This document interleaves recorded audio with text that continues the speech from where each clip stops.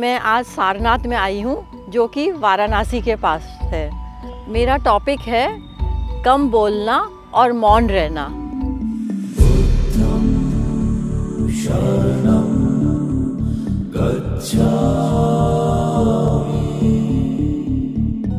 इतना शांत वातावरण को देख के ऐसा लगता है कि समय थम सा गया है।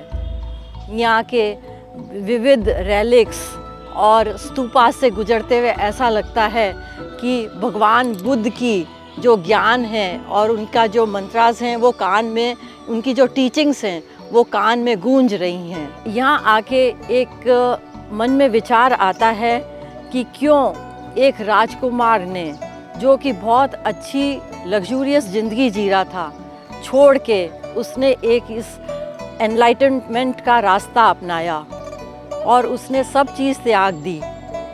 क्यों त्याग दी? सच्चाई की खोज में।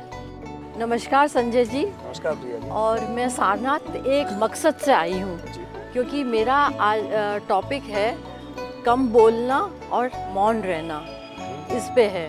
तो मैं चाह रही थी कि पहले सारनाथ आके मैं जानूँ कि बुद्धिज़्म क्या है और कि कहाँ फैला है। तो मैं आपको विस्तार में एक एक जगह आप ले जाइए और हमको समझाइए कि यहाँ पर कैसे बुद्धिज़्म का मतलब निर्माण हुआ और कैसे विश्व में फैला। जी, धन्यवाद जी। पहले तो ये जगह जो था ये ऋषिपत्तन के नाम से ये जाना जाता था और यहाँ पे मृगा, डियर्स यहाँ फ्रीली घुमा करते थे।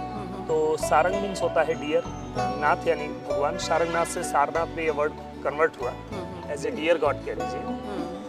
और ये तीसरा तीर्थ स्थल है बुद्धिस्ट लोगों का। पहला लुम्बिनी नेपाल, बुद्ध का बर्थ प्लेस। सेकेंड बोध गया, जहाँ पे बुद्ध ने लंबी तपस्या की 6 साल। कुछ कारणों से 5 ऋषि नाराज होकर सारनाथ चले आए और ये वो जगह है जहाँ पे 5 भिक्षु यहाँ पे रुके थे। अच्छा। और ज्ञान प्राप्ति के बाद बोधि ट्री के नीचे बुद्ध उनको सर्च करते हुए यहाँ पे आते हैं। दोबारा यही मुलाकात होती है और उन लोगों ने भगवान बुद्ध का यहीं पे स्वागत किया था दोबारा आकर। अच्छा, तो आप एक बताइए कि वो लोग वहाँ से भाग के क्यों आ गए थे? भगवान बुद्ध को छोड़ के क्यों आ गए थे? जी, एक्चुअली हुआ यूँ कि भगवान बुद्ध के संग वो 6 ईयर वो लोग भी तपस्या किए थे और फाइनली बुद्ध को सेटिस्फेक्शन नहीं मिला तो बुद्ध ने हठयोग किया था without food and water. He was look like skeleton actually. तो एक दिन वो बेहोश होकर गिर गए थे। फिर उनको लगा middle path is the best, hard work से कोई फायदा नहीं है। तभी एक सुजाता नाम की लेडी थी जिसने खीर ऑफर किया, बुद्ध ने एक्सेप्ट किया। 5 ऋषि इस बात को समझ नहीं पाए, उनको लगा कि तपस्या को रिजेक्ट कर दिए, इसलिए वो रूठ के ऋषि थे, ऋषिपत्तन के जंगल चले आए। और फाइनली जब इनलाइटनमेंट हुआ तो बुद्ध यहाँ आते हैं उनको सर्च करते हुए और ये वो जगह है जहाँ पे बुद्ध मिले थे। और आगे हम दिखाएंगे आपको धमेक स्तूप, जहाँ पे बुद्ध ने पहला प्रवचन दिए थे। ये जो मिडिल पाथ के बारे में आपने बोला है कि मिडिल पाथ क्या चीज़ थी और कैसे अपनाया उन्होंने? एक्चुअली भगवान बुद्ध को जब इनलाइटनमेंट नहीं हुआ तो जैसे मैंने कहा कि उन्होंने हठयोग किया, अन्न जल त्याग दिया, 4 दिन के बाद भोजन करना, 8 दिन के बाद एक चावल का दाना दबा के मुंह में रखना, मतलब कहते हैं एक्सट्रीम पे चले गए, एकदम कंकाल होके गिर पड़े। फिर कुछ समय बाद उनकी आंखें खुली और उसी समय कुछ लेडीज वीणा बजाती हुई रास्ता क्रॉस कर रही थी, आपस में बातें कर रही थी कि वीणा का वायर अगर ज़्यादा टाइट करें तो साउंड अच्छा नहीं आता, टूट सकता है, ज़्यादा लूज करें फिर भी साउंड अच्छा नहीं आता, मिडिल में होना चाहिए, मध्य में होना चाहिए। तब बुद्ध को लगा कि मुझे भी मध्य मार्ग अपनाना चाहिए। इसीलिए सुजाता का दिया हुआ खीर उन्होंने अडॉप्ट किया था और 5 ऋषि नाराज होकर यहाँ चले आए थे। और बुद्ध की पहली टीचिंग है कि आप जो है एक्सट्रीम को फॉलो नहीं करेंगे, हमेशा मिडिल पाथ को फॉलो करेंगे। आप कोई भी ले लीजिए, एक बच्चे को ले लीजिए आप, अगर वो 22 घंटा पढ़ेगा तो माइंड डिस्टर्ब हो जाएगा, 22 मिनट पढ़ेगा तो आज के रेस में वो शामिल नहीं हो पाएगा, यानी मध्य में रहेगा तो हमेशा बेटर रहेगा। बिल्कुल, आपने बिल्कुल सही बोला। अब अपन चलते हैं वहाँ पर धमेक स्तूप के पास। सो आप धमेक स्तूपा पे हैं अपन, इसके बारे में बताइए कुछ।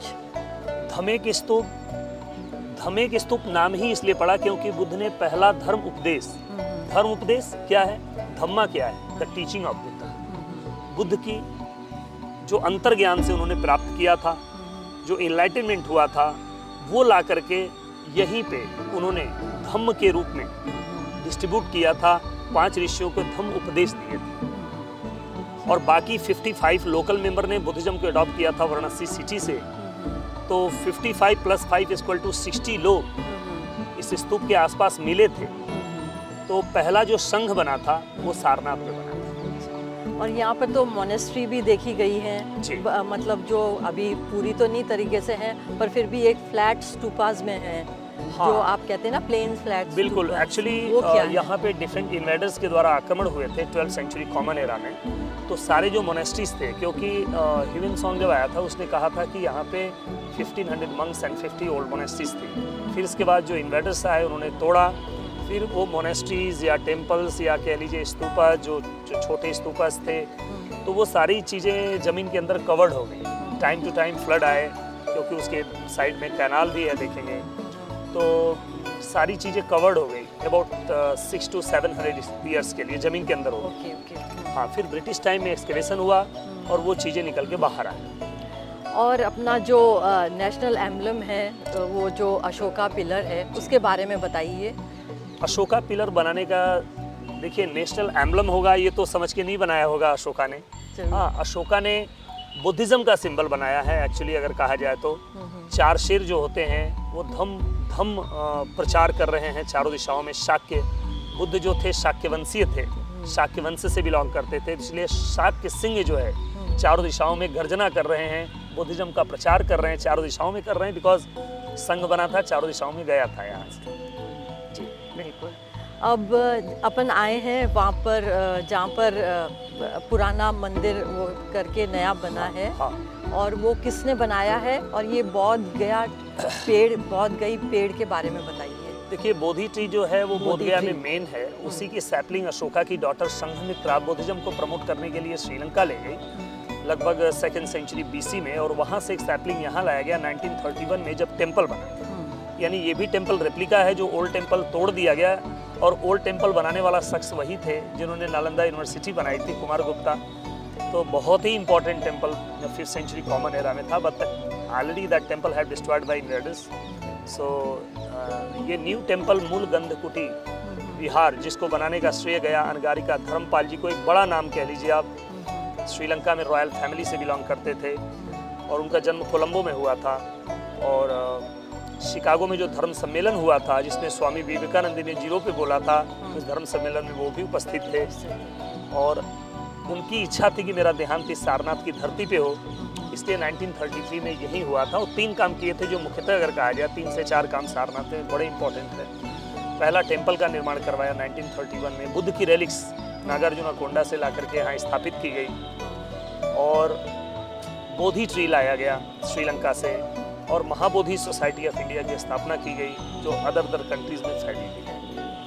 अच्छा, अब अपन आए हैं, आपको तो पता है कि बैमियन बुद्धा बहुत फेमस थे, मतलब अफगानिस्तान में, जो कि अब तो डिस्ट्रॉयड ही हो गए हैं, पर उनका एक रेप्लिका यहाँ पर बनाया है ऐसे। उसके बारे में बताइए कि आपने उनको बोला है कि वो चलायमान बुद्धा हैं, उसके बारे में। एक्चुअली चलायमान बुद्ध, ज़्यादातर बुद्ध की मूर्तियाँ आप देखेंगे वॉकिंग पोजीशन में है, उनका राइट नी ज़्यादातर निकला होता है एक्चुअली, क्योंकि बुद्ध का जो जीवन था वो सरल नहीं था। बुद्ध बनने से पहले न जाने कितने रास्तों से गुजरे हैं वो।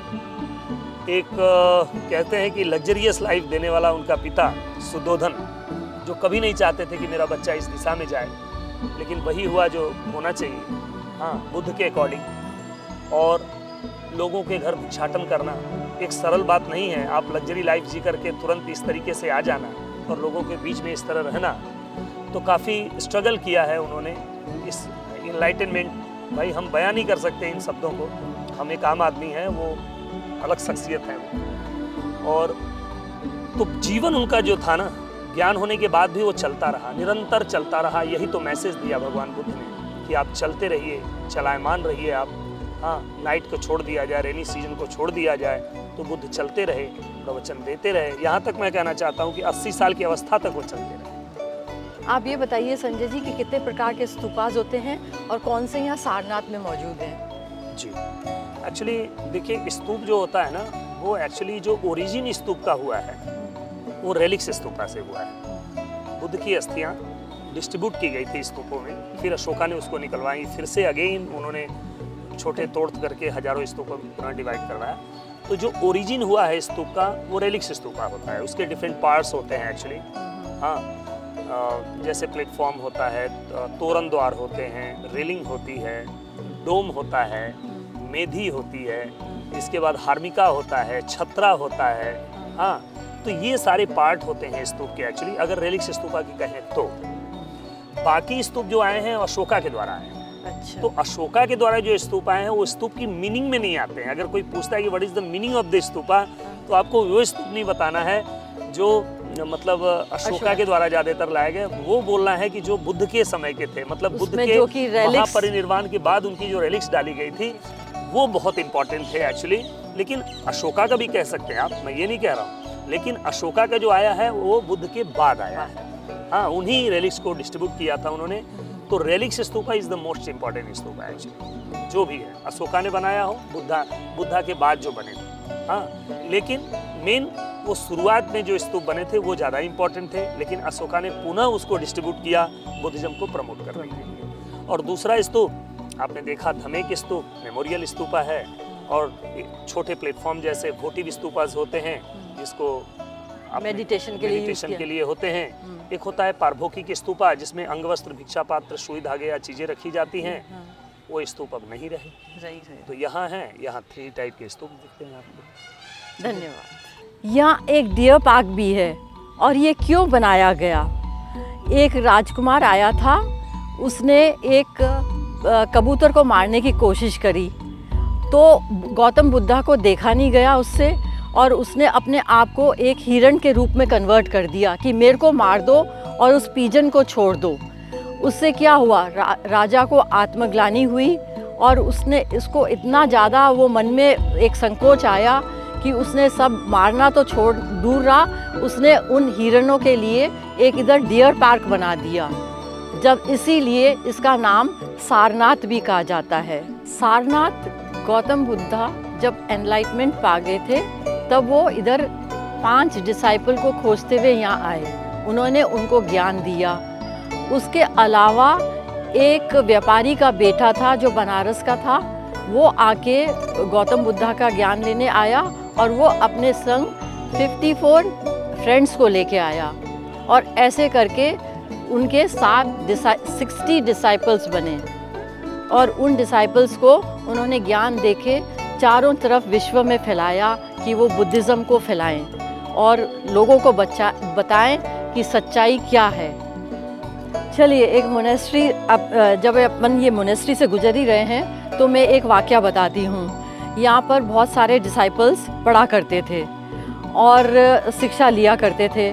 उसमें से एक जो नौजवान डिसाइपल था वो बहुत ज़्यादा बोलता था और बुराई करता रहता था, चुगली करता था, और जब भी उसको डोनेशन लेने के लिए भेजा जाता था तो बातें इधर की उधर किया करता था और अपनी प्रेज़ किया करता था कि देखो मैं कितना धनवान था, मैं छोड़ के इधर आ गया और मैं तुम लोगों के संग रह रहा हूँ और ये साधारण ज़िंदगी बिता रहा हूँ।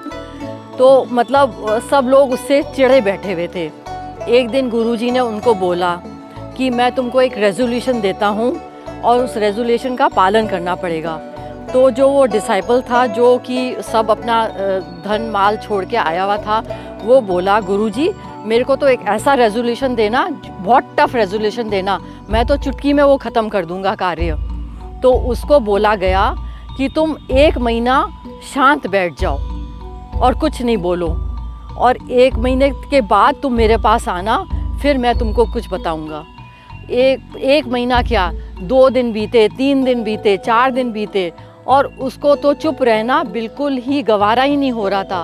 उसका दिमाग इतना वो उलझन में जा रहा था वो कि वो समझ ही नहीं पा रहा था। फिर भी 15 दिन निकाले और उसने 15 दिन में गुरुजी को अपनी पर्ची पे लिख के भेजा कि मेरे से ये मुश्किल काम नहीं हो पा रहा, चुप मैं बिल्कुल नहीं रह पा रहा। गुरुजी ने बोला अगर तुम नहीं कर पा रहे तो तुम्हारा ये रेजोल्यूशन नहीं हुआ, समझो कि तुमने कार्य मांगा था वो तक तुम नहीं कर पाए। तो उसने फिर ठानी और 1 महीने तक शांत रहा। 1 महीने के बाद वो एक ऐसे जंगल की तरफ चला गया जहाँ वातावरण एकदम शांत था और कोई चीज़, कोई लोग नहीं थे उसके पास। 1 महीना बीत गया। तो लोगों ने बोला कि सोचा कि शायद वो अब तो जंगल में गया है तो किसी जानवर ने खा लिया होगा। पर उसके बाद 3 महीने के बाद वो लौट के आया और वो एक गुरुजी के आके पाँव पड़ा और वो कहता है कि मेरा एकदम मैं कुछ अलग सा महसूस कर रहा हूँ। तो गुरुजी ने क्या कि आप क्या महसूस कर रहे हो?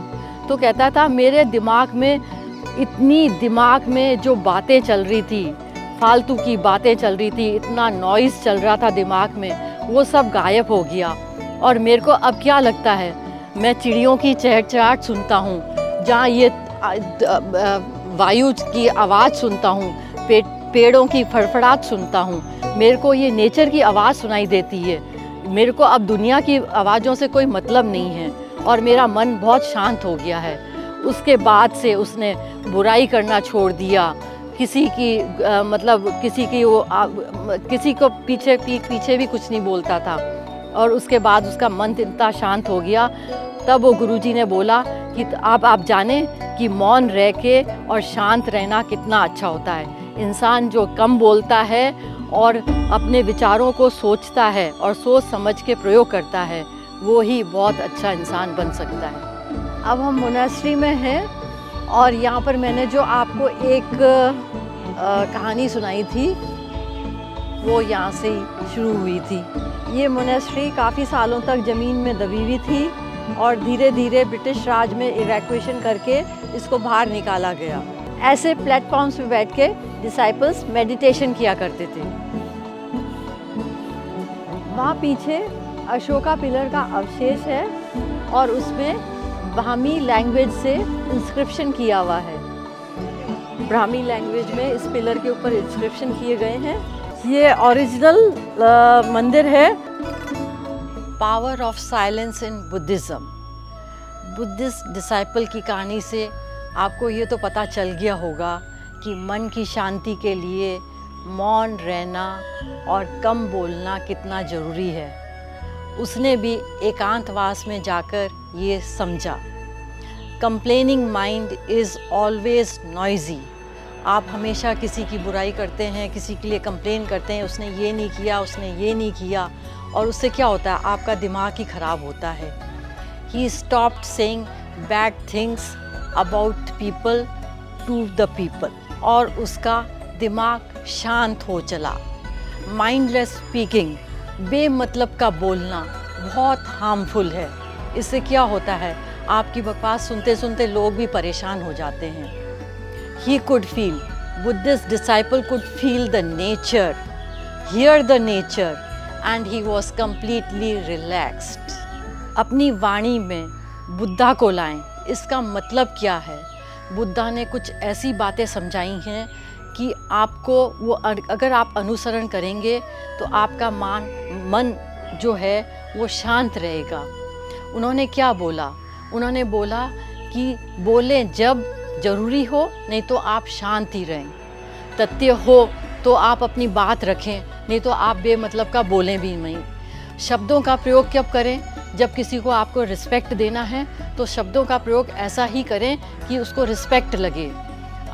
कोई आपका अपमान कर रहा है, क्रोध कर रहा है, तो आप चुप रहें। जब आप चुप रहेंगे तो वो भी आगे का बोलने वाला भी चुप हो जाएगा। आप प्लीज़ किसी के विवाद में ना पड़ें। अगर आपका वो मुद्दा नहीं है तो चिल्ला चिल्ली से आप बिल्कुल दूर रहें। किसी की बुराई करने से भी बचें, क्योंकि उस पे क्या होगा, उसका आफ्टर इफ़ेक्ट आपकी बॉडी पे ही आएगा। किसी की अगर परेशानी है या कोई दुखी है तो उसकी बात आप ज़रूर से सुनें और समझें। उसके मन को हल्का होना भी ज़रूरी है और आपको लगेगा कि मैंने उसकी परेशानी दुख सुन के उसकी बहुत मदद करी है। दुष्ट प्रकृति के लोगों से आप बिल्कुल दूर रहिए। और आखिरी में ये मैं सबको कहना चाहूँगी, never tell your secret of success to everybody. उससे कुछ आपका भला नहीं होगा। You will gain negative energies. So please आप इन चीज़ों का, मैंने जो चीज़ें बताई हैं, जो मैंने नहीं बताई हैं, गौतम बुद्धा ने बताई हैं, और अगर आप उसका अनुसरण करेंगे तो आप एक शांत जीवन जी पाएंगे।